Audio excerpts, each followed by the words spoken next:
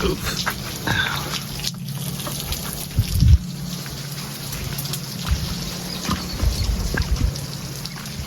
Okay, birdies. Having a little powwow. A little powwow in the rain. Oh, huddled together. No sprinkler for you.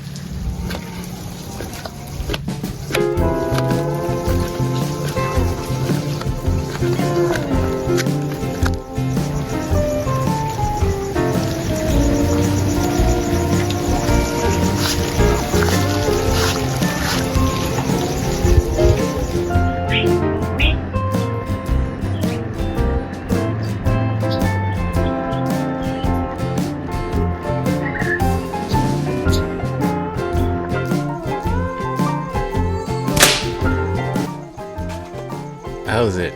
Hang loose.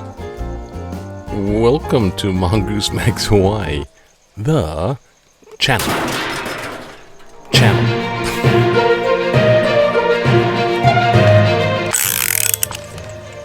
Okay. It's Thursday, the 24th, I think it is. Is it the 24th? Yes, October 24th. It is 1 week and then it's Halloween. So now we know. 1 week Halloween. And there's other stuff. This is a little vlog, a little news. And I thought it was going to be real quick. But there's a lot of stuff there's a lot of material now. I got some, ugh. Well, one, the vlog. I was sick yesterday. After completing the film, recording, whatever, I started to put it together so I could edit it. And, I just got whacked with something. I don't know. It's either the UTI thing or I got some type of but it had the flu symptoms and I was shaky. I couldn't edit, so I just went and took a nap. So that's why that was delayed, and it might have been even more delayed. But anyhow, I got better in about, I don't know, a couple hours after a nap and drinking lots of water. So glad I got vaxxed. Not recommending nothing to nobody, but I'm doing science. So, yeah, there's lots of stuff. There's the Israel-Hamas, of course, and whether that's going to turn into a larger conflict is a U.S. scare thing. There's about 10 missing Americans, and there's about 218 hostages. The Gaza trucks are going through that rafah crossing that they need permission from Egypt. Hamas, Egypt, and they need permission from Hamas, Egypt, and whatever to get through that Rafah crossing. So a lot of trucks are backed up, and they're getting some of them through, but none of them have fuel. As if to say, they need fuel. They need fuel for the generators, okay? The generators that create the electricity to keep the hospitals where all the people are coming in and they're wounded. And if they don't get the fuel, a bunch of babies, these little babies and their little incubator baby thingies, I don't know, pod people. But a bunch of babies will die. And so the fuel and this restrictions of these sorts are often having the Hamas point to the Israelis saying, you are war crime people, which is really weird because they jumped the border and just slaughtered innocent people. So what the anyways, that's what war is. They just blah blah blah, see what sticks. And as you know, in the north there's the Hezbollah and the Lebanon border, and they militarized the border, and the Gaza city is up north. The Gaza Strip is down south, but the Gaza, municipality is up north. And they have the Hezbollah, which is connected to different other people, and they're like bad. So the thing is, here's my guess. Okay, I'm gonna venture a guess. They're about to do the ground incursion. That's why they're not giving them fuel. They don't want the enemy to have fuel that they say we need for the babies are gonna die, you war criminals. Give us the fuel, and then they use it for war stuff because that's how that stuff works. So the fuel definitely is not going through. And up north, there's a Hezbollah stuff. And the Lebanese, they're just firing missiles at each other. And Israel's striking back. And my guess is when they do the ground incursion, they get the AOK. Because it's not the prime minister, the Yahoo guy.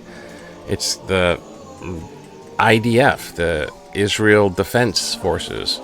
They're just like, okay, we're gonna do this, we're gonna do this, we're gonna do this, and they're preparing, and they're not broadcasting when. Oh, good God! Started early. So my guess is this: when they go in the ground incursion to get Hamas, they're also gonna get Hezbollah too. So they're gonna ground incursion and just wipe all the terrorist groups out, and it's gonna be a wipeout when they do that. And the U.S. is going, oh my God, it's going to spread because Hezbollah and Lebanon border north and Hamas, Israel border south, it starts to get these other countries, and Jordan's like, you watch out, you Western people with your battleships. And then, of course, Iran in the background. Iran, so far away. Flock of seagulls. I got flock of seagulls outside my room every day. It's a perpetual thing. In perpetuate. Oh God. So there's a lot of stuff like that, and oh God. So I started thinking what's going to happen there. But here's some other thing I was thinking. America. What the hell? So they're scrambling to get the Speaker of the House still, but there's battle going on. They're getting the Speaker of the House thing. They had 9 people in the special freaking, I don't know, shake and bake special committee. We gotta get because we're looking stupid and all this, and they can't progress. The Congress, half of the Congress is being stymied.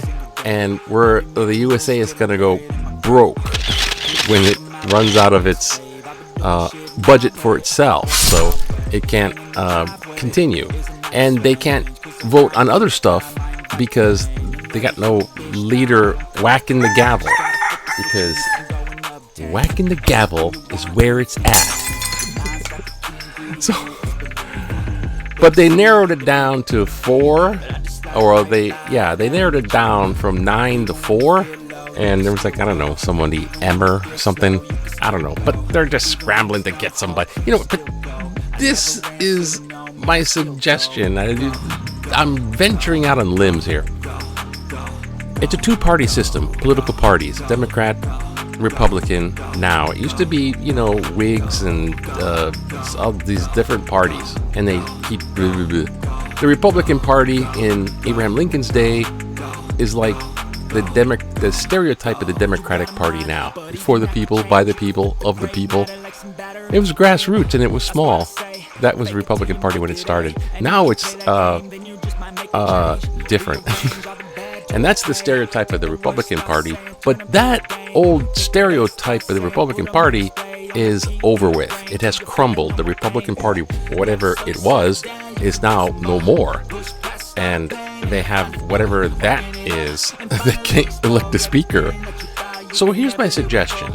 They reinvent the Republican Party. It's just a political party.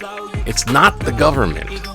The political parties are not the government. Even George Washington didn't like political parties because he's like, this is stupid. You can't do this.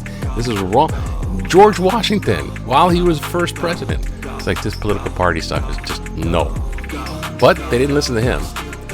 But they got political parties now. They're not the government. They're just how to get elected, how to get the one guy elected. That they pick one guy and he gets elected. That's all it is. It's about campaign and election. That's it. And gathering tons of your money. So if you ever complain about, or hear someone complain about my hard-earned tax dollars, just say, well, what about those political donations? What's up with that? These Trump, oh, I get convicted. Oh no, I'm facing court, and he's getting tons of political donations. We'll help you. So anyhow, yeah. And in Lahaina, they're opening up. In Lahaina, the mangoes are sweet in Lahaina. Lahaina. The mangoes are sweet. I forgot the words. And the centipede crawl all over your feet. Yeah, Lahaina, which means relentless sun. Lahaina, the name means relentless sun. Anyways, they're going to open November 1st. November 1st, right after Halloween. Let's take a look. Look-see at the news. Bison, not Biden. Bison is the guy. He's this guy. He's the mayor of Maui. And that guy, I mean, he's not looking good. I don't know. I mean, he's a good mayor for the people when everything's going okay, but I don't know when the stuff's going wrong. He's just like, but he's like saying, hey, full speed ahead, tourism reopening, $2 billion a year. Lahaina tourism gathered in. Now they're like, yeah. And back here is the mayor of Honolulu, blah, blah, blah, Yardi, also a businessman. So, So they're going to have a November 1st to West Maui, which is the area where Lahaina is at. So instead of like this disaster zone where the government has the capability of saying, no, you can't, it's an unsafe disaster zone, toxic chemicals. Now they're just going, we're opening it up so businesses can operate. So basically what's saying here is the mayor of Maui, Bison, is opening up West Maui to conduct business. So he's saying, you can go to work. Thanks. And their homes are all destroyed. So their homes are all destroyed and they're displaced into these various hotels and stuff that are housing the people that are displaced. And he's also saying that they're not going to be evicted right away from that type of Red Cross, fairly good experience, blah, blah, blah, blah, blah, blah, Yardi. Israel, the death toll rises, and oh, they released 2 little ladies. Yeah, that's nice. I mean, that's good, but beware. Hamas has released 2 hostages, 2 little ladies, because they're trying to look good, because I think it's an indication that they're scared as heck. Meanwhile, oh gosh, private attorney, blah, blah, blah, blah. Okay, whatever. See, hotel industry. Oh yeah, that's what's really operating. Man indicted. Is that Russell Brand? No, I guess. Sorry. No comment. Russell Brand. Auto strike still going. I guess stuff is. It's all kinds of spooky. But there is something actually spooky. Okay, where is it? Oh gosh. Giant of the Ice Age, woolly mammoth. Ice Age. Oh, speaking of Ice Age. Oh, the second world of elephants. Okay, yeah. This is what woolly mammoth look like. Mastodons, their tusks go straight up and down. They come up and they. This is mammoth had the big round things. But that's kind of scary, and I show you why. Because dating after 60, lots of roses, some thorns. Okay, well, maybe I'll look at that. Dating after 60. Oh, here we go. Ice Age. Ice sheet doomed to slow collapse. Okay, so there's this big... it's kind of like Antarctica is a floating ice cube. A big, flat, gigantic... It's continent, but it's kind of like floating in the south pole. And it's kind of breaking in half because of the melting, especially the parts that are underwater. So this is like, what the heck? And there's this certain part, and they're using simulations and global warming, but yeah, it's not a question of is it going to melt. It's like how, when, and how much. That's the question. The full melt will take hundreds of years, slowly adding 6 feet to the sea levels. So wherever you are, look at sea level plus 6 feet. That's what's they're talking about. Looking at melting glacier ice caps, and there's ice caps, sheets and stuff like that. Okay, specifically what would happen if somehow the future warming 2.7 degrees, and that's conceivable. And then they have the simulations. So the western Antarctic ice sheet is most at risk from below, where it's like, in the water. So from below, in the water, that's heating, and everything's heating. So it's going, so from below, and this little, the western Antarctic sheet, and there's this Thwaites ice shelf. It's an ice shelf. It's melting so fast that its nickname is the DoomsDay Glacier. So it's going to melt and break off and be the giantest ice cube ever, and it's going to raise the freaking things. Oh my god. Okay, you know what? Just, hey, back in the day, right? Just relax. Relax. Oh, it's Elton John. Oh, that'll help. I remember back in 1967 when you don't relax and you just, what's the band coming over this time? It's like a brand new band. Oh, what is this? Question Mark and the Mysterians. They didn't quite make the Rolling Stone thing, but Mark and the Mysterians, a mainland rock and roll group, among the performers at the second annual Teen Fair at Magic Island. Yeah, Mark and the question Mark, not just Mark. Question Mark and the Mysterians. We got it. That's how you relax. And football. More guys. Oh, they're twins now. 1 is 0, 1 is 2. What happened to 1? I said triplets didn't have double happy. Double happiness. Okay. Okay, so they're featuring this, guys. Okay. But, okay, what we're going to do is just look. We need a little finger on the pulse, that's what. Because there's so much good stuff that we're not going to have it all. Let's get to skip through. So that's why I'm going so fast. I'll think, that's because this. Okay. There we go. Political cartoon. What do we got? Oh, well, there's a political cartoon. Oh, look at the Uncle Sam's. Come on now. We gotta make some government, sort of government don't go broke. Because they don't operate when there's no money. Everyone else is expected to do stuff with no money, but not the super wealthy Republican Party. Because they got a party. Okay, and letters to the editor. There's all kinds of stuff. But, there's two I'm kind of debating on. See, they're saying, like, supporting Palestinians is not anti-Semitic and this and that, blah, blah, blah. And then there's the Red Hill, of course. But this one is a little bit of the kind history, so I'll try to run through this because it's kind of interesting.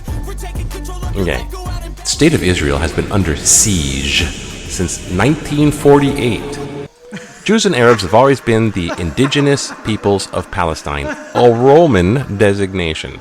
There was never a Palestinian state. The only self-governing nation was the ancient state of Israel until it was destroyed by Rome.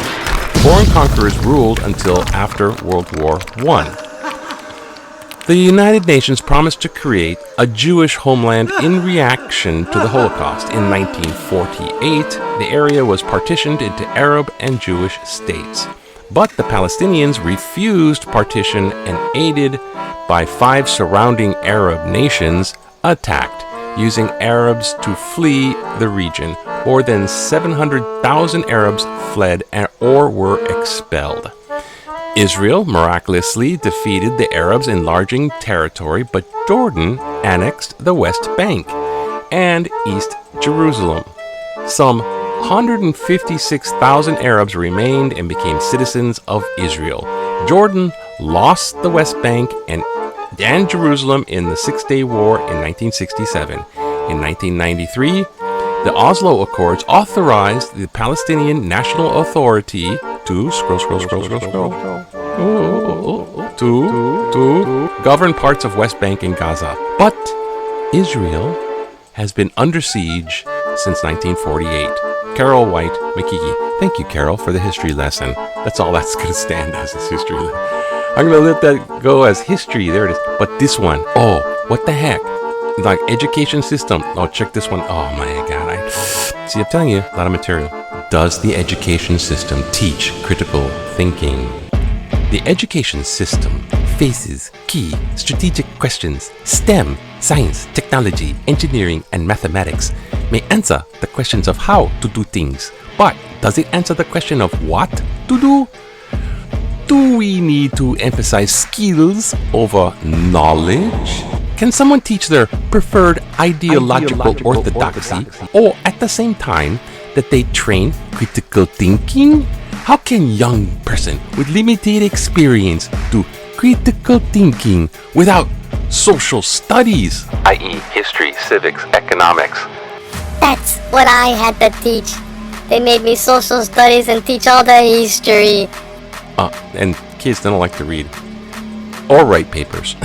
Do making the education system responsible for changing society writ large interfere with its core mission to teach reading, writing, and math? Should a school or school board act as if they were the parents, or do parents have a role to play in educating children? Is there any conflict between building workers for business and building good citizens for democracy? Lloyd Lim Makiki. Thank you, Lord. If I think you're saying. Okay. Critical thinking, right, you know? That's kind of more like the science thing, and it is a skill, and you have to force yourself to be, unbiased in a sense, looking things objectively, kind of like a Mr. Spock side of, and if the evidence-based weighs on one side, you go, yeah, that's critical. And then there's the sociology, but that part where is the education system the parents? No, because you gotta participate. Parents all out there, participate in your children's learning. Not everyone's listening to this broadcast, but thanks to my viewers, my cool viewers. I'm appreciative of the ones who actually do view my little videos.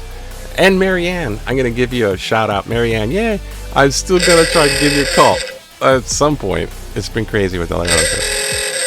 But schools, are they the parents? No. But you go there and it's as if you're as an educator, you're babysitting unruly children with no social skill of just even behaving themselves and being seated quietly for us or doing any type of homework. It's like crazy. And all the energy goes into that. And all the emphasis goes into that. So as far as even teaching anything, good luck. But as far as teaching history and social skills, I had to teach history, and it's like, get them to write one page paper, and you got 30 kids in one classroom, that's 30 pages you got to correct. And the grammar. And I'm history, I'm teaching them writing skills. And, oh my God, it's mind-boggling. Yeah. So teaching them reading, writing, and arithmetic, I'm for that. And teaching them social skills and critical experience, yeah, I'm for that too.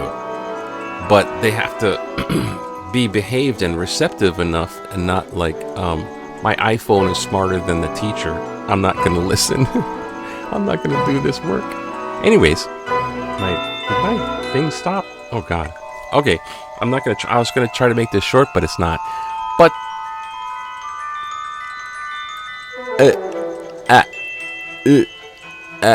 critical thinking. I'm okay now, I think. I think I burned some brain cells. Anyways, have a wonderful, what day is it? Tuesday. Aloha. Oh, look, it's going to be rainy out. Oh, okay, there's the forecast. Just stick your head out the window and see if it's snowing or raining or wind's blowing. Okay, aloha to everybody. Aloha to you. Aloha.